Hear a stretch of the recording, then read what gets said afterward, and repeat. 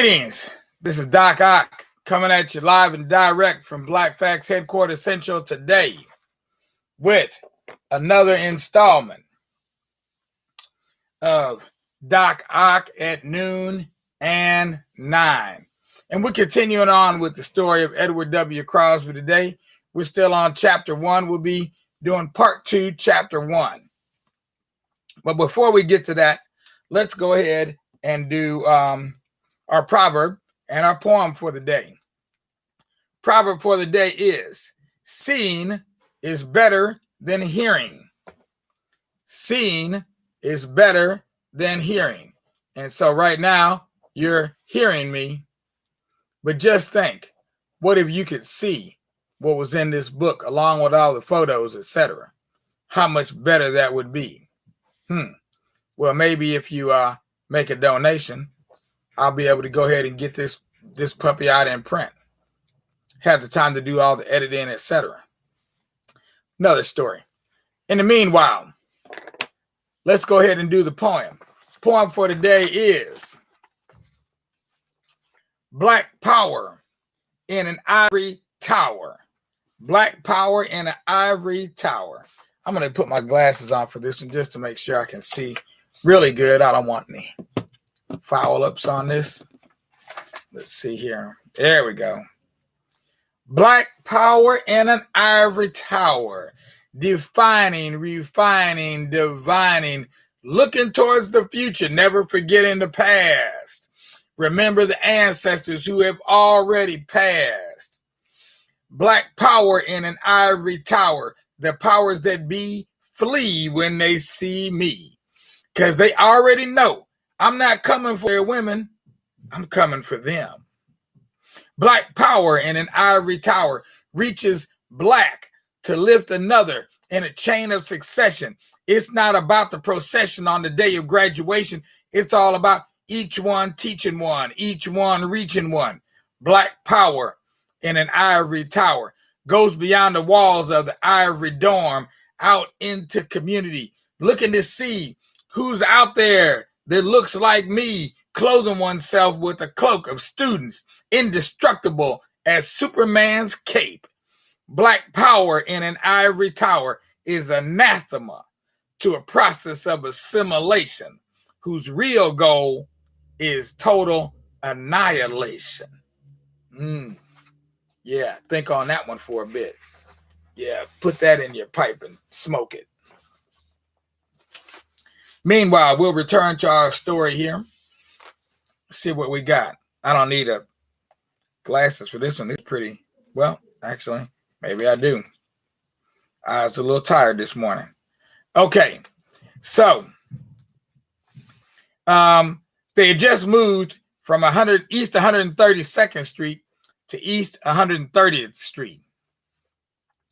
And each of the boys had a bed.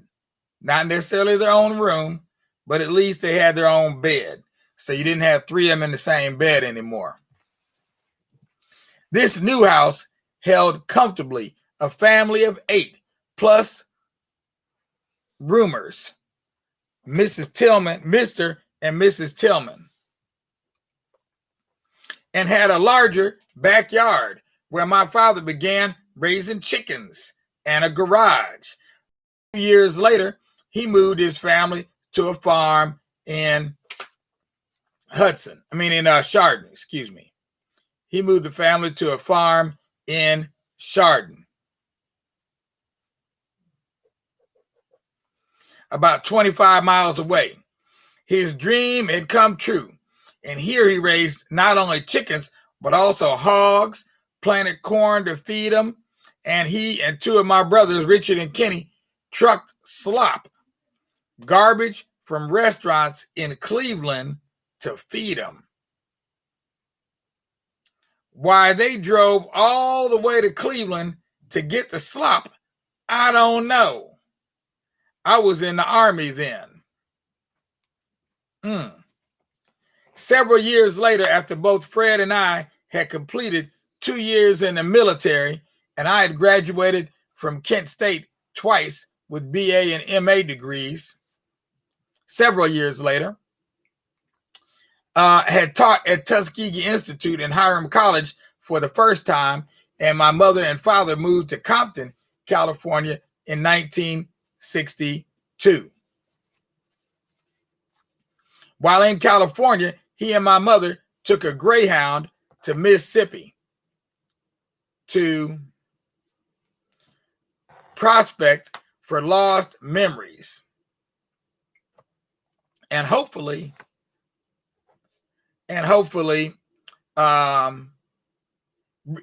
refresh his memories and reestablish his faint connections and relationships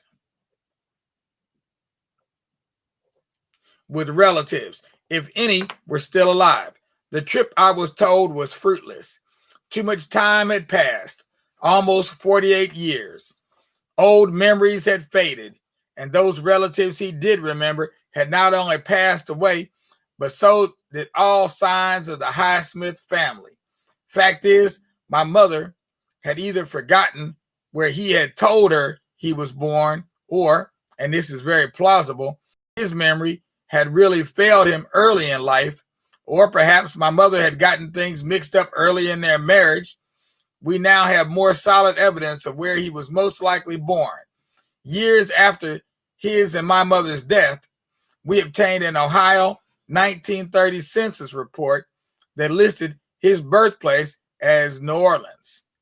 My father, who had only a sixth grade education, was only 28 when this census was taken, and 5 years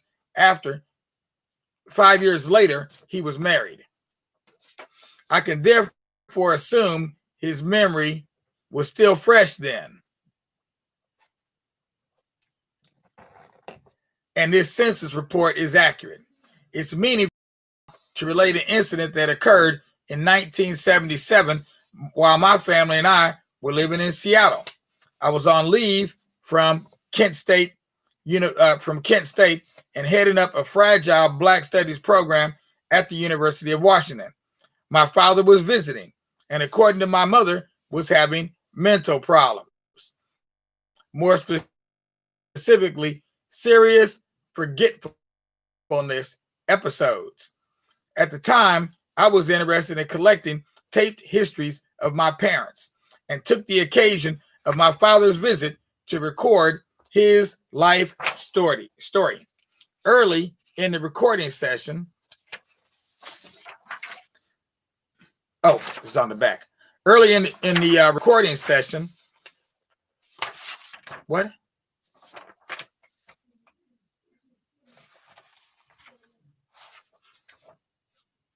Now this is odd. Let me see. Oh, I see. Somehow I skipped a page in here.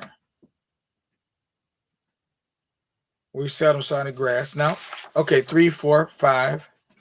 Oh, wow. Okay, got my pages a little bit mixed up here. 1, 2, 3. There it is. 2, 3, 4, 5. Okay, now page 6. I asked him, so early on in the recording session, I asked him where he was born. He answered New Orleans. And his response angered me, for I had expected him to give Greenville, Mississippi as his birthplace, and attributed his answer to the onset of an Alzheimer episode. He died at the age of 78 years old.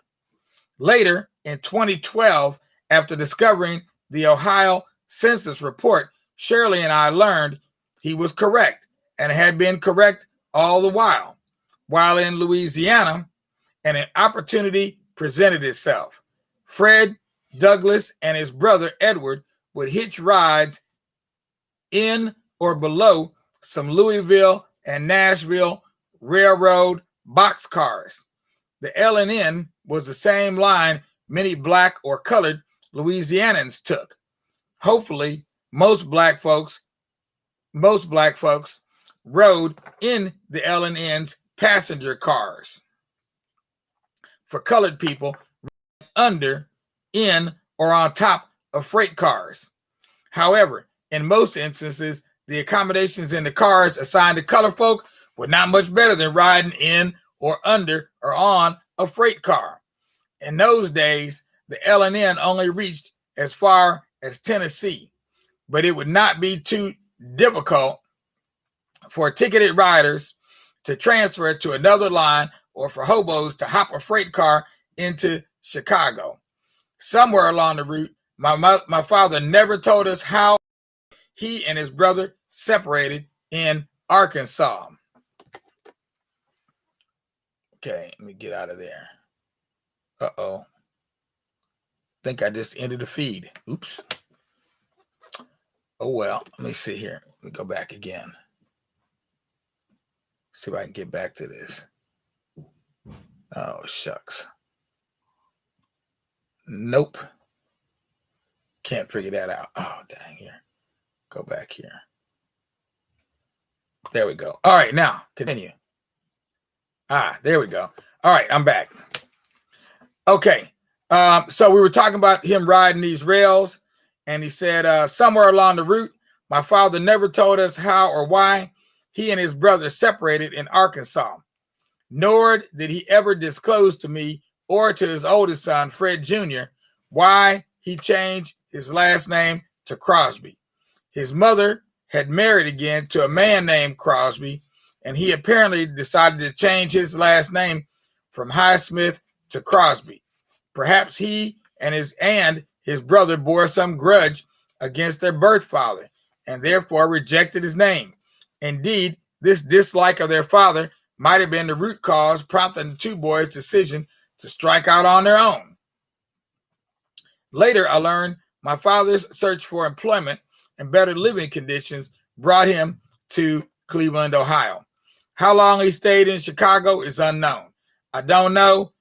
I do know he could have been much older than 14 when he arrived in Chicago. He couldn't have been much older than 14 when he arrived in Chicago. Undoubtedly, he remained there learning the ropes of urban life in the industrial north, and Chicago was the very best place to rid himself of his southern country boy Louisiana ways and become wise to the urban streets. That is, he learned how to keep himself alive in a northern environment that was very much swifter than black life in New Orleans in the early 1900s. How long he stayed in Chicago can only be speculated based on when he probably met and then married Marion Grace Naylor on June 8, 1925, when she was 18.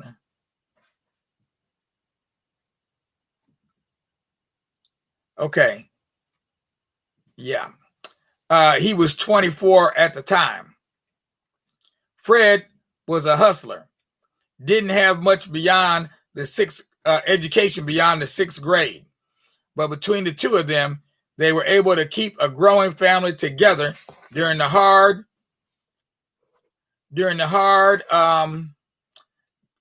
Great Depression and the somewhat easier World War II times. Marion was born on May 18th, 1907. Her parents lived in Cleveland on the east side at 2419 East 82nd Street near Quincy Avenue.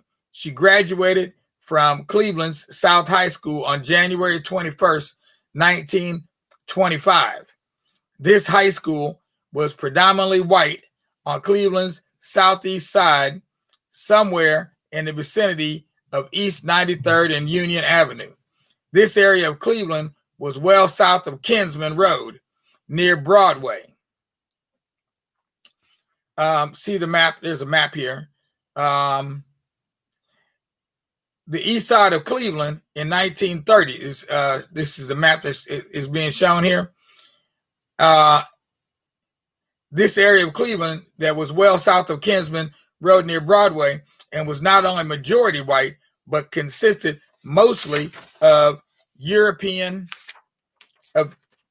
Eastern Europeans. Her parents assumed she would be better in South High than in Cleveland's black public school, black district public schools. Okay. Cleveland's black public schools. Okay, there we go. I believe they harbored such negative thoughts about black poor people and the schools they attended, even though the city's schools had been integrated ever since the 1850s. Since this school was not in her father's public school district, to attend the high school, she had to live with her mother's mother, Kate Jackson Bird, who was a well-educated, high-yellow woman born in Pittsburgh, PA, and was related through marriage to Henry Ossawa Tanner, the first African-American artist to gain international acclaim. Marion, therefore, was the grandchild of a secure, middle-class family. Her relatives on her mother's side were also very light-skinned, and Marion shared this attribute. Indeed, at least one and maybe other members of her family were rumored to have actually passed for white and were consequently permanently lost to me and my brothers and sisters.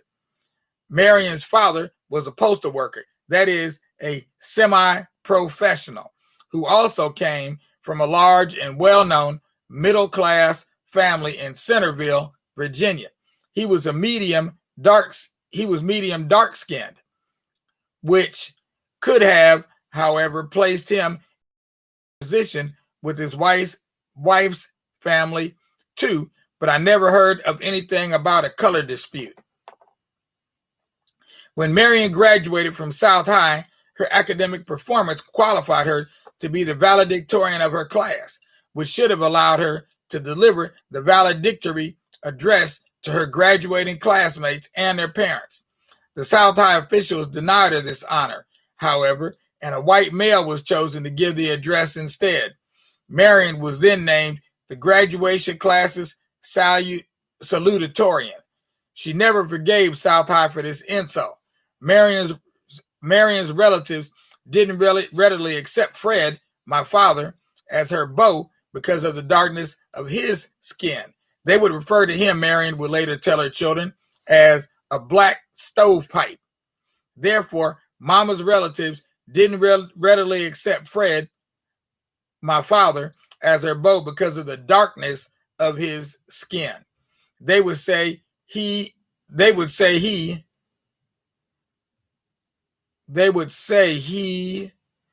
Mama would remind us, was too dark for her. Mama's attraction to him held fast nonetheless. When she and Fred married, he was 24, 6 years older than she was. 4 years after her graduation, and after 6 months of teacher training at the Cleveland College of Education from January to June 1925, 4 years after their marriage, and 1 year before the rumblings of an impending economic disaster, the Great Depression struck during President Herbert Hoover's administration in 1929. This shock of all shocks happened a year after Frederick Douglass and Marion Grace Naylor Crosby bore their first child, Fred McClellan, on May 17, 1928, one day before her 19th birthday. After their marriage, she and her husband began living with her father, James Naylor, at 2419 East 82nd Street. Her mother, Florence Bird Naylor, had died in 1922 at the age of 34, while Marion was still attending South High School. Marion and Fred remained married for 53 years. Their deaths were only 6 months apart in 1982. During the 1930s, Cleveland's African-American population increased from what it was in the 1920s, which was about 34,451, to 71,000. Wow, that's a big increase. That went from 4% all the way to 8%, an increase of 26,000 new Black residents. Indeed, the percentage of African Americans in Cleveland's population between 1850 and 1930 had increased 108%. Cleveland before 1870 had been a relatively open city when it came to race. However, as the black population increased, racial segregation became more rigid. Later, most of the black population lived in the city's 4 East Side census tracts shown in the map on page 22. Each of these census tracts reflected the economic and occupational status, literacy rates, home ownership, and the regional discrimination black people faced when they resided in Cleveland as black Southerners invaded the city. For the most part, they also defined the residential movement and economic advancement pattern Crosby Sr. and Marion pursued during their life in Cleveland. The majority of Cleveland's African-American residents lived during the 1930s and beyond in 4 socioeconomic zones defined according to census tracts. And the zones were described as follows. We're going to end right there because our time is already up, and we will pick up from there tomorrow. So we got a little bit of background there on my grandparents, and then went into beginning to talk about the life of my oldest uncle, Uncle Fred, who is still with us today, as a matter of fact. My dad and my Uncle Fred are the last of the Mohicans. Yep, they're the last men standing, the oldest and the third oldest, the fourth oldest, because see, there's Fred, then he's the third oldest because Aunt Betty is in there. Okay, so my dad was number 3, and then the younger ones have all gone. So, and so it is. We're going to be going ahead and signing out right now. You know what you need to do. Don't forget to give us some more support so we can keep on bringing these kinds of things to you, because this one is coming to you very, very, very fresh. This is the first time I'm actually reading the text through like I am now. I've looked at pieces of it here and there, but I'd never taken the time to actually sit down and read it. Most of it I already knew, or a lot of it I knew, not some of the details, little, minor details I didn't know, but I had the gist of the story because I'm the researcher that found some of those census documents, etc. So I've been working on this project for well over 10 years. Meanwhile, I'm signing out. Without a doubt, I'll be back here tonight at 9. I'll see some of y'all then, and if not, I'll see you at noon tomorrow. Peace out without a doubt. Have a good day. All right, Ryan.